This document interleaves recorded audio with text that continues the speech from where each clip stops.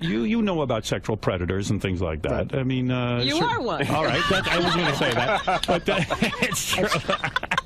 You know about sexual predators and things like that. I mean, you are one. All right, I was going to say that, but it's true. Donald Trump is a very interesting figure. He's very litigious. His fan base sees him as almost a savior figure. You can hear us, please, Donald Trump. Please save me. Please save me, Donald Trump, please. I just want to say we are not minimizing sexual violence allegations. We are, however, pointing out the contrast of Donald Trump's life and the supposedly conservative family value party he leads. So let's get right into it. Ah yes, beauty pageants. Over a century of feminism later and yet. I mean, come on, we had people throwing themselves in front of horses and now modern day feminists. This is a rant for another video. Anyways, you know that practice of selling your body better than the woman or child next to you? Well, Donald Trump happened to own Miss Universe, Miss USA, and the Miss Teen USA pageants from 1996 all the way until 2015. Well, I'm sure only great things can come from this.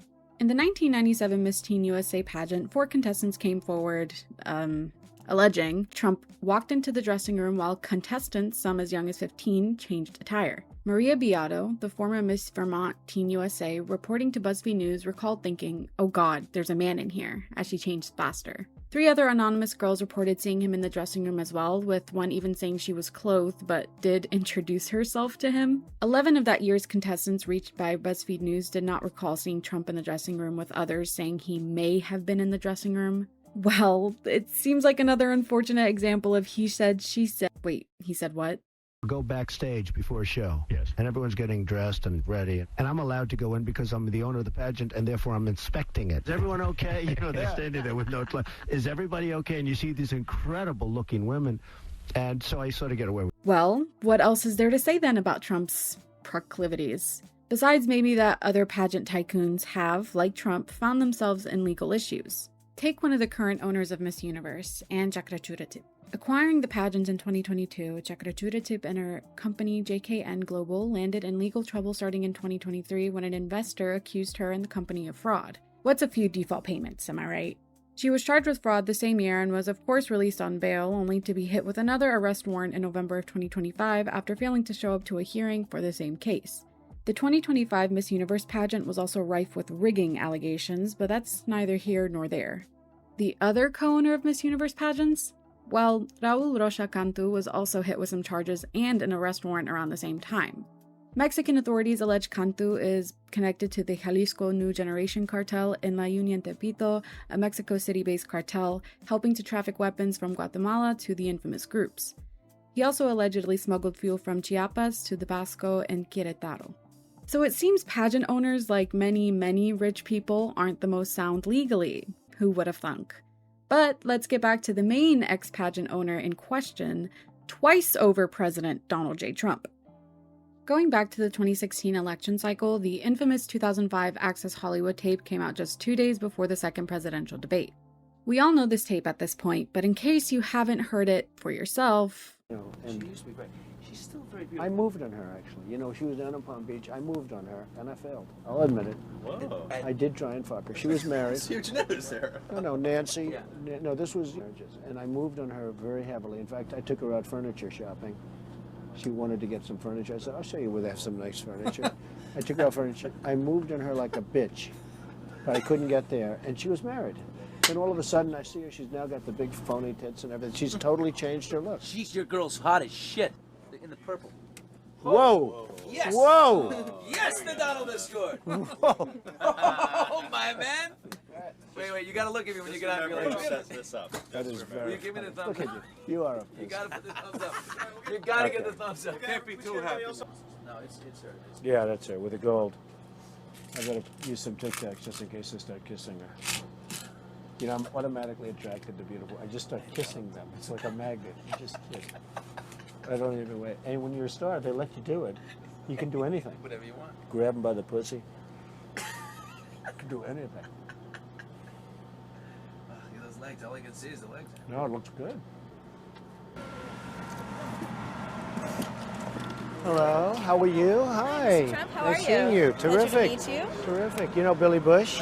So yeah, on tape bragging about kissing women without waiting, and grabbing them by the pussy because they'll let a star do anything. The entire video is a creep fest, from Trump to Billy Bush vying for the attention of Ariane Zucker immediately after objectifying comments they made. When confronted at the second debate on October 9, 2016 about this tape, Anderson Cooper asked Trump if he realizes he was bragging about sexual assault, using the Justice Department's definition, which is any type of sexual contact or behavior that occurs without the explicit consent of the recipient. Trump went to brush off the situation as locker room talk and goes on to say, I'm not proud of it. I apologize to my family. I apologize to the American people. Certainly I'm not proud of it. We have a world where you have ISIS chopping off heads. This coming from a man who has an entire Wikipedia page dedicated to his sexual misconduct allegations. Allegations, folks. And who just said he could do whatever he wants to women? This tape obviously did little to curb his election efforts in 2016, and though outcry around the tape was plentiful, with even some non-rival Republicans saying they can't support Trump going forward, it didn't matter that Trump was on tape bragging about touching women without consent. He immediately flipped it back to Hillary in his apology video, saying she helped cover up her husband's sexual abuses by shaming and intimidating his victims. Bill Clinton has actually abused women, and Hillary has bullied, attacked, shamed, and intimidated his victims. The backlash at the time seemed damning, but we know, unfortunately, how it goes from there. Cooper asked Trump to clarify. You said on that bus 11 years ago that you did not actually kiss women without consent or grope women without consent. I have great respect for women. Have you ever done those things? Have respect for me. And I will tell you, no, I have not. Trump's response here is actually what pushed women like Jessica Leeds, Rachel Cooks, and Natasha Stoyanov to share their own stories alleging Trump had assaulted them. Jessica Leeds was 38 at the time she claims Trump assaulted her on a plane 4 decades ago at the time of this video. She recalls being moved from her coach seat to a first-class seat at an invitation from the flight attendant. The seat was next to Trump, who, according to the New York Times, had no private aircraft at the time. Leeds says Trump introduced himself and they exchanged pleasantries. After dinner was cleared, she claimed Trump lifted the armrest between them and began to grope her. She immediately returned to her coach seat, angry and shook up in her own words. Leeds went on to say she did not report the alleged assault because she experienced many unwanted advances working in business in the 70s and early 80s, saying, "We accepted it. For years, we were taught it was our fault." Rachel Crooks worked at a real estate investment and development company, Bayrock Group, at Trump Tower in 2005, and alleged Trump kissed her on the lips without her consent outside of an elevator. She knew her company did business with Trump and went to introduce herself when they crossed paths one morning. She recalled that he shook her hand but wouldn't let go, moving in to kiss her cheeks before kissing her on the mouth as well. Crooks said it was no accident and that Trump later asked for her number to give to his modeling agency, which she ended up complying to under the huge power difference of him literally owning the building her company is located in. Crooks said she didn't intend on speaking up initially, but went public in the end because people should know. This behavior is pervasive and it is real.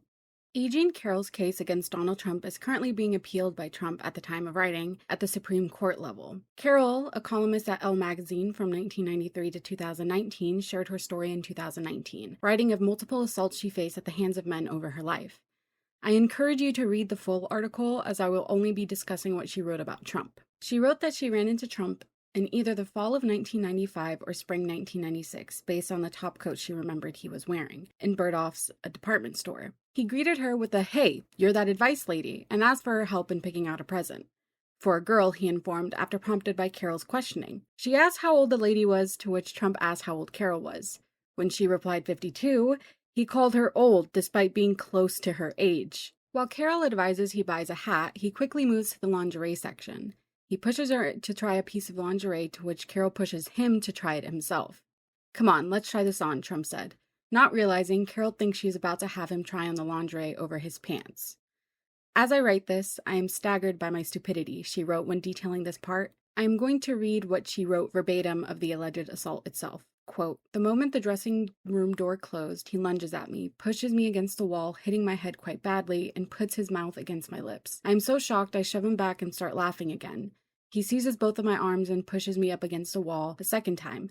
And, as I become aware of how large he is, he holds me against the wall with the shoulder and jams his hand under my coat dress and pulls down my tights. I am astonished by what I'm about to write. I keep laughing. The next moment, still wearing correct business attire, shirt, tie, suit, jacket, overcoat, He opens the overcoat, unzips his pants, and forcing his fingers around my private area, thrusts his penis halfway, or completely, I'm not certain, inside me. It turns into a colossal struggle. I'm wearing a pair of sturdy black patent leather 4-inch Barney's high heels, which puts my height around 6'1", and I tried to stomp his foot. I try to push him off with my free hand. For some reason, I keep holding my purse with the other. And I finally get a knee up high enough to push him out and off, and I turn, open the door, and run out of the dressing room. The whole episode lasts no more than 3 minutes. I do not believe he ejaculates. I don't remember if any person or attendant is now in the lingerie department. I don't remember if I run for the elevator or if I take the slow ride down on the escalator. As soon as I land on the main floor, I run through the store and out the door.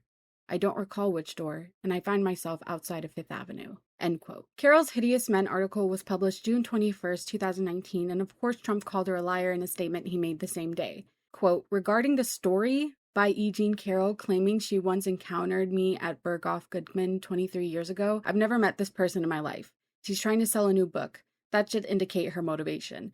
It should be sold in the fiction section," he said. However, there is a picture of Trump and his then-wife Ivana meeting Carroll and her then-husband in 1987. Trump continued to deny the allegations, and Carroll ended up filing a defamation lawsuit with the New York Supreme Court against the president in November 2019. The legal battle began as the DOJ tried to have the case moved to federal courts. U.S. District Court Judge Lewis Kaplan, no relation to Carroll's lawyer Roberta Kaplan, denied the DOJ's motion on October 2020. The DOJ then filed an appeal with the Second Circuit Court of Appeals, which was passed on the question of whether Trump could be shielded by his then-former position as president, only for the DOJ to recant its position that Trump was acting in his official capacity in July 2023. Trump's deposition in October 2022 for the case was infamous for many reasons, but included a moment where he mistakes Carroll for his ex-wife, Marla Maples. You say, and this is the Litvin tweet, I never met this person in my life. Yes. I don't even know who the woman. Let's see. I don't know who. It's Marla. You say Marla's in this photo? That's Marla. Yeah. That's my wife. Which woman are you pointing to? No, that's Here. Carol. Oh, is that? The person okay. you just pointed to was I E. Jean see. Carroll. Who is that? Who is First this? point, your wife. This after adamantly denying Carroll was his type. He insisted he did not know Carroll, calling her a nut job. Carroll filed an additional battery and defamation lawsuit under the Adult Survivors Act in November 2022. The Access Hollywood tape was mentioned in the deposition where Carroll's lawyers asked if he had made the statements we heard in the video, namely the most infamous, grab them by the pussy. To which Trump replied, Do it. You can do anything. Grab them by the pussy. You can do anything. That's what you said, correct? Well, historically, that's true with stars. Judge Lewis Kaplan ruled the Access Hollywood tape as well as Leeds and Stoynoff's allegations were admissible in court. The trial began on April 25, 2023, and would conclude with an anonymous jury ruling unanimously on May 9, 2023, that Carroll had not proven Trump raped her, but did prove a lesser degree of sexual assault, and that Trump did defame Carroll, awarding her $5 million in damages. Trump immediately filed an appeal which was denied by Judge Kaplan. The original defamation case was also ruled unanimously in Carroll's favor, and she was awarded a total of about $83 million in damages, which Trump is now presently fighting to overturn. Natasha Stoynoff, a former People's Magazine correspondent, shared her own allegations against Trump in October of 2016. In December 2005, Stoynoff visited Mar-a-Lago, sent by People to interview Trump and Melania for their first wedding anniversary. She recounts Trump wanting to show her around the mansion, specifying a tremendous room she just had to see. Once Trump walked her into said room, Stoynoff claims Trump immediately shut the door, catching her off guard by pushing her against the wall and, in her words, shoved his tongue down her throat. The violation was only stopped because Trump's butler came in the room. Despite Stoynoff describing her physical resistance in the moment, saying she was always a tall, strapping girl, she could not unpin herself. I tried to act normal. I had a job to do, and I was determined to do it. I sat in a chair that faced Trump, who waited for his wife on a love seat.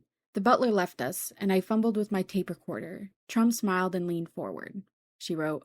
She further alleged Trump asserted that they'd have an affair. That night, back in the hotel, she remembered asking herself why she didn't push him off, punch him, anything. Questions you forever ask yourself when you've been put in that position. She wrote of the fear she experienced after being told by a massage therapist at Mar-a-Lago that Trump had waited for her for 15 minutes, but she arrived late to the appointment. An appointment Trump specifically set for her. He had to leave for a business meeting. She cut the session short after spending the entire appointment staring at the door, scared Trump will walk in at any point. When Stoyanov returned to Manhattan, she told her colleague what happened. The colleague encouraged her to get her story out, but, and I will quote her article directly here, but like many women, I was ashamed and blamed myself for his transgression. I minimized it. It's not like he raped me. I doubted my recollection and my reaction. I was afraid that a famous, powerful, wealthy man could and would discredit and destroy me, especially if it got his coveted people feature killed. I just want to forget it ever happened, I insisted. The happy anniversary story hit newsstands a week later, and Donald left me a voicemail at work thanking me. I think you're terrific, he said. The article was great, and you're great. Talk is talk, but it wasn't just talk in my case. It was very much action, she wrote. And just for the record, Mr. Trump, I did not consent, Stoyanov concludes in her article. The allegations against Trump from specific women are plentiful. These are only a few instances of them.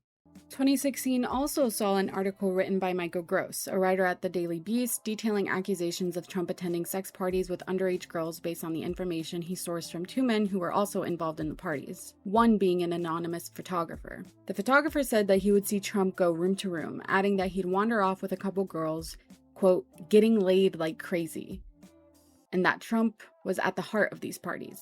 Andy Lucchesi, a model who also talked about these parties, said Trump didn't do cocaine, but did have sex with girls in attendance, some as young as 14.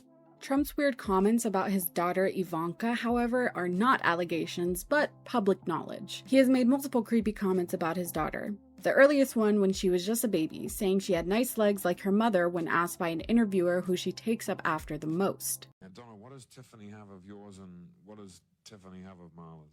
Well, I think that she's got a lot of Marla. She's really a beautiful baby, and she's got Marla's legs.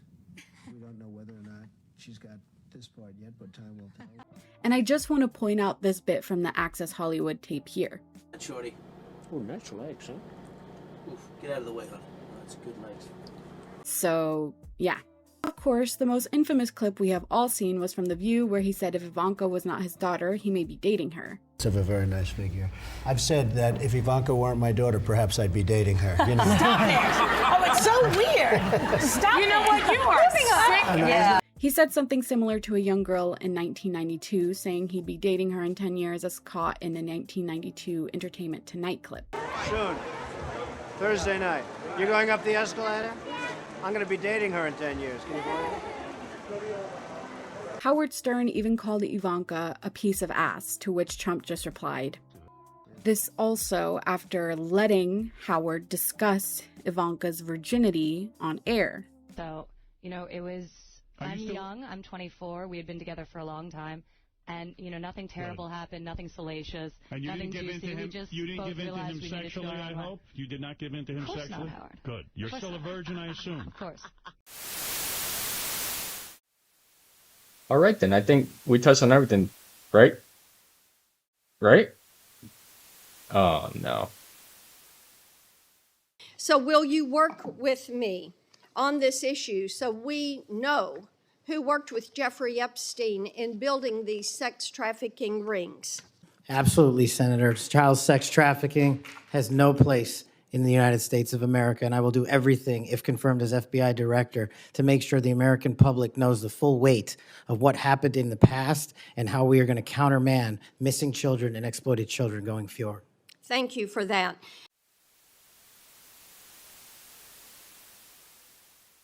Would you declassify the 9/11 files? Yeah. Would you declassify JFK files? Yeah. Would I you? did a lot of it. Would you declassify the Epstein files?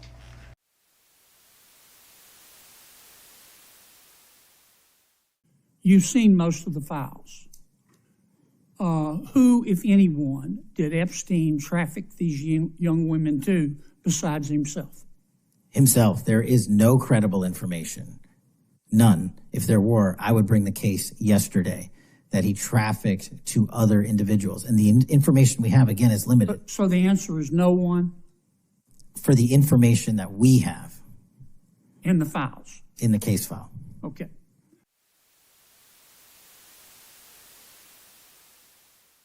More than 3 million pages, 2,000 videos, and 180,000 images.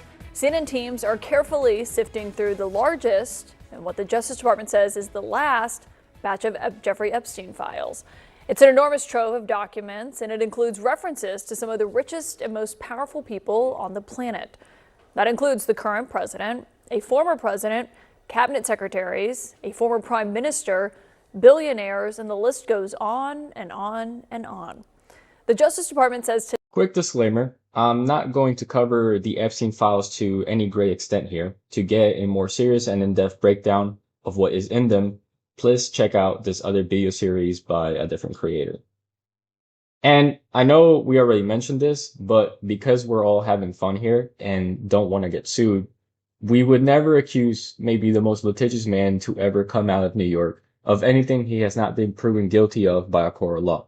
All we're simply doing is looking at all the crazy coincidences and interesting characters that have followed this Trolls Toys come to life that the American people elected to be their president. Twice. Stacey, thank you so much for joining us tonight. As you know, Epstein is dominating the news once again, and his relationship with Trump is under scrutiny. While you were dating Epstein, can you tell us how close these two men were? They were best friends. I dated Jeffrey for a period of more or less, I think about 4 or 5 months. And the only friend that he would mention every time we saw each other or had a phone conversation was Donald, and he would share a lot of anecdotes. I have plenty of anecdotes. They were very close, and they were up to no good. That was his bro, that was his wingman. It was clearly, I'd hear about Ghislaine and I'd hear about Jeffrey. Trump and Epstein's relationship, as you might be able to tell from the many times his name comes up in the files, was a pretty long one. Donald himself says that they first met in the 80s, meaning they were probably met from knowing people that know people in the New York and South Florida social circus. Where dreams are made. You probably get the idea from the amount of images we have been blasting across the screen, but Donald Boy really seemed to like to party with Jeffrey. There might be more images of them together than of Trump with Don Jr. But hey, you are around those you joined the company of, right, Don? Anyway, Jeffrey and Donald apparently grew really close. Jeffrey bought a mansion about 2 miles away from Donald Boy, and after meeting, the pair of peas in a pod apparently got up to no good. Terrorizing the New York and South Florida nightlife, Trump organized events full of girls seemingly just for him and Epstein, flew on Epstein's jet up and down the East Coast, and an old Trump casino exec said that they appeared to be besties. Isn't that nice? It is easy to see why the two men got along so well. I mean, they probably shared similar friends and interests. Like, for example, when Trump said, "I've known Jeff for 15 years. Terrific guy. He's a lot of fun to be with." It is even said that he likes beautiful women as much as I do, and many of them are on the younger side. No doubt about it. You really do get an idea for just how close these two fellas could have gotten. But I hear you. You're probably behind the screen right now saying something like, "Look, man, this is our big, beautiful orange president. The art of the deal, Mr. You're fired." How much bad could they have gotten up to? I mean, surely someone as smart and savvy as Donald Trump, who would eventually run and be elected to president, would not put himself in any questionable position. And besides, boys will be boys. What could be the harm in a couple of fellas throwing some parties and inviting some pretty girls? And I would say, first of all, what a strange thing to say, viewer. Are you okay? Please seek therapy. And, well, okay, let's see what the record shows these fellas got up to. Again, without making any accusations.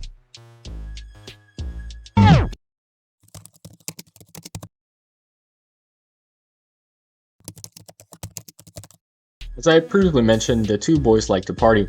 Mar-a-Lago, one of Trump's personal residences to this day, was host to many of their events.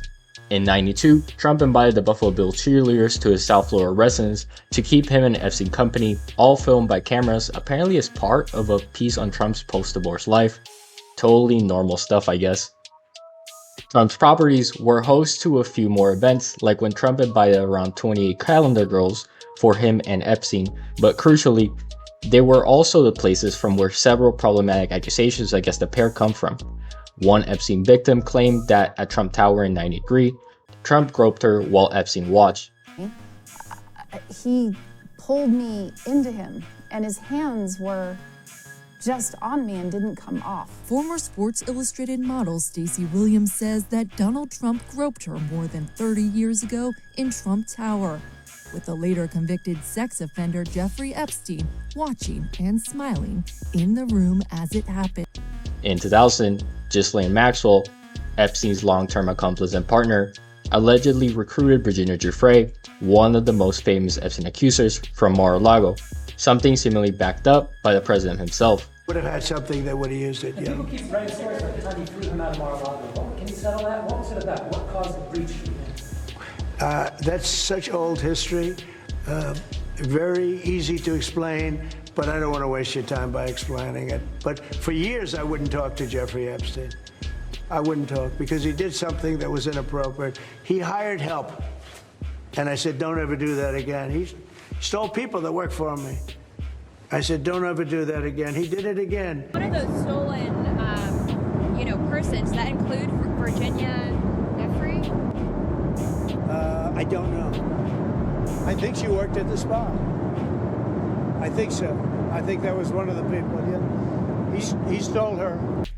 It wasn't limited to Trump's properties though.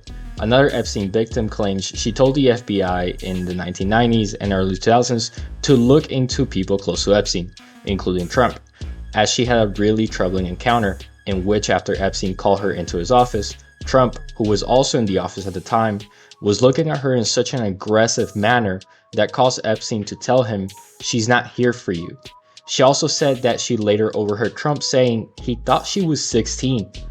It is genuinely concerning why these two were so often caught in situations together from which accusers to one or both of them would later come out. And before you even think about running, they are rich and famous, so maybe people want to blackmail them for money. Remind yourself what Jeffrey Epstein was later in prison for.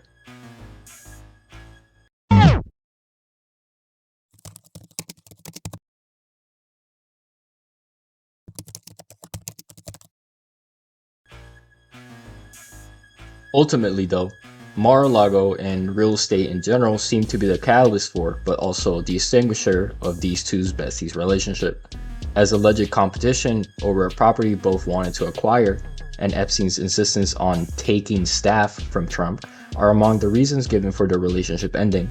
Although the latter is kind of confusing because Epstein stayed a member of Mar-a-Lago until 2007. But hey, the divorce was clearly very messy, as the two men spent a lot of time talking shit about each other after Epstein was formally prosecuted.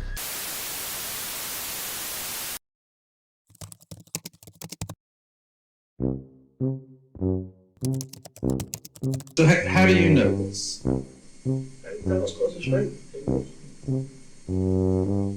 So I need the dump. Just give me dump.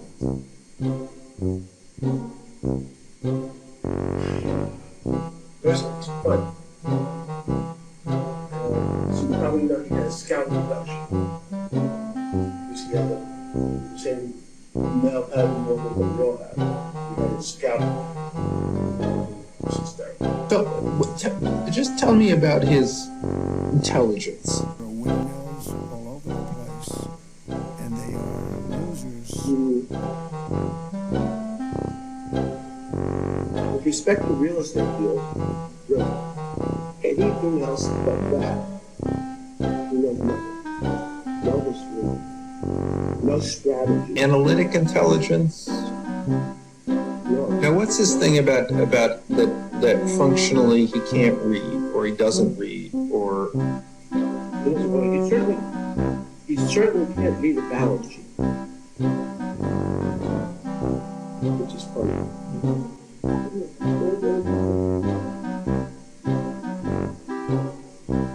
There's not a horrible human being in Jeffrey's book. He does nasty things to his best friends' wives.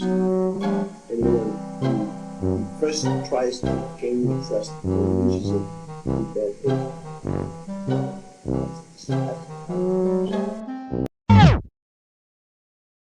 And seemingly can't keep his story straight. To the second question, which is that I know you've said your brother told you that he and Trump spoke in 2016 when Trump won the presidency, even though just 3 years later, Trump said this. I haven't spoken to him in probably 15 years or more. I wasn't a big fan of Jeffrey Epstein, that I can tell you. I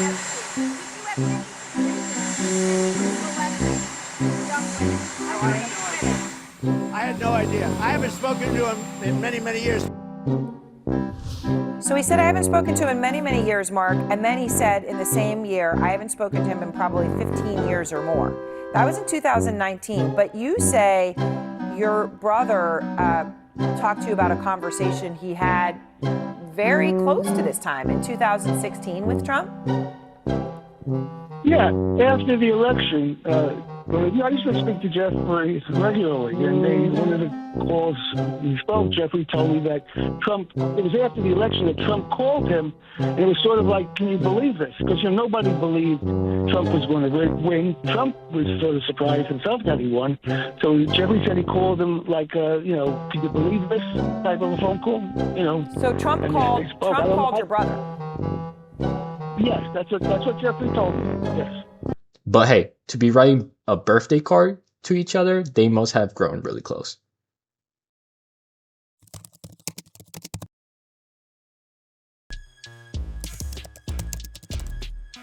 Now, I would really be doing you a disservice if I did not let you know that your beautiful president's links to Epstein don't really just end there. This might come as a shocker to you, but rich people, they might be corrupt, and they might like to gather around other corrupt rich people. I know, it's shocking to hear. Well, it seems that Trump wanted to keep some people around that were also part of Jeffrey's circle and work with them in the future, putting some of them in his cabinet as well. Remember, this is the American president. He would have access to these files, and it would be up to him to, kick people out that are in them.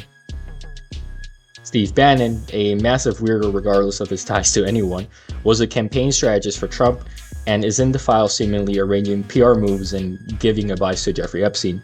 Elon Musk, massive Trump campaign donor and once head of Doge, was in the files basically begging Jeffrey Epstein to let him go to his parties. Sentient brainworm RFK Jr. was also a passenger in Epstein's jets and mentioned in emails from the files.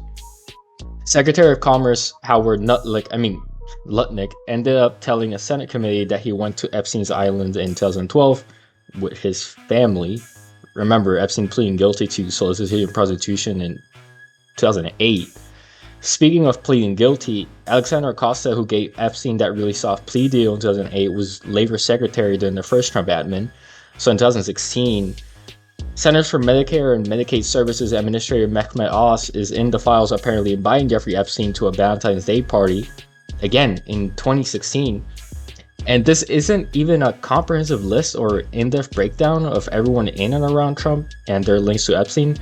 The list keeps going, and before you say some shit like being in the files isn't damning by itself, they certainly seem to think so. Otherwise, when Trump and Elon had their own little messy divorce, Elon wouldn't have implied to Trump that he's doing image protection by not releasing the Epstein files. And every time a new story about Epstein comes out that mentions Trump, some poor White House aide has to come out and pretend like everything is fake and deny reality. What I will say is that the president has always remained consistent and that he kicked Jeffrey Epstein out of his club at Mar-a-Lago because, frankly, Jeffrey Epstein was a creep. And unlike many other people who are named in these files, President Trump cut off his relationship with Jeffrey Epstein and was honest and transparent about that for years and years. And so I think what the president has said all along has always remained true. And the release of more than 3 million documents related to Jeffrey Epstein and his heinous, disgusting crimes just shows the level of transparency that this president and administration has committed to in bringing these files to light. But did he call the chief in 2006? Caroline, did he call the chief? Look, it was a phone call that may or may not have happened in 2006. I don't know the answer to that question. What I'm telling you is that what President Trump has always said is that he kicked Jeffrey Epstein out of his Mar-a-Lago club because Jeffrey Epstein was a creep. Epstein's lawyers synopsized and quoted Trump as saying that that Jeffrey Epstein was not a member of his club at Mar-a-Lago, but he was a guest at Mar-a-Lago, and he had never been asked to leave.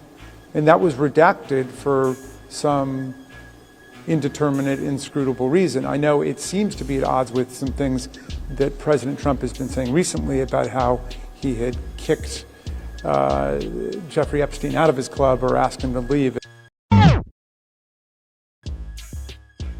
This is still a developing story in a way, so I want to be careful to try and not drive any specific point, because as funny as it is to watch Trump lose his shit whenever someone dares to bring this up to him, and how hard we know his admin has worked to try and sweep this under the rug, makes it very clear that Trump does not want people to keep associating him with Epstein, which is also kind of funny its own way, but the story in itself is very serious and heartbreaking.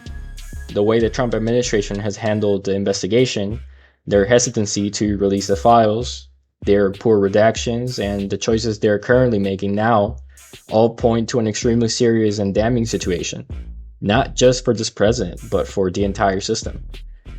We, for our part, will do our best to at least keep talking about these issues. During today's testimony, Ghislaine Maxwell read a prepared statement that said that she would testify if President Donald Trump commuted her sentence or pardoned her, and that she would testify that President Trump and former President Bill Clinton didn't engage in any wrongdoing. After that, she invoked her Fifth Amendment privilege against self-incrimination and refused to answer any questions from the House Oversight Committee.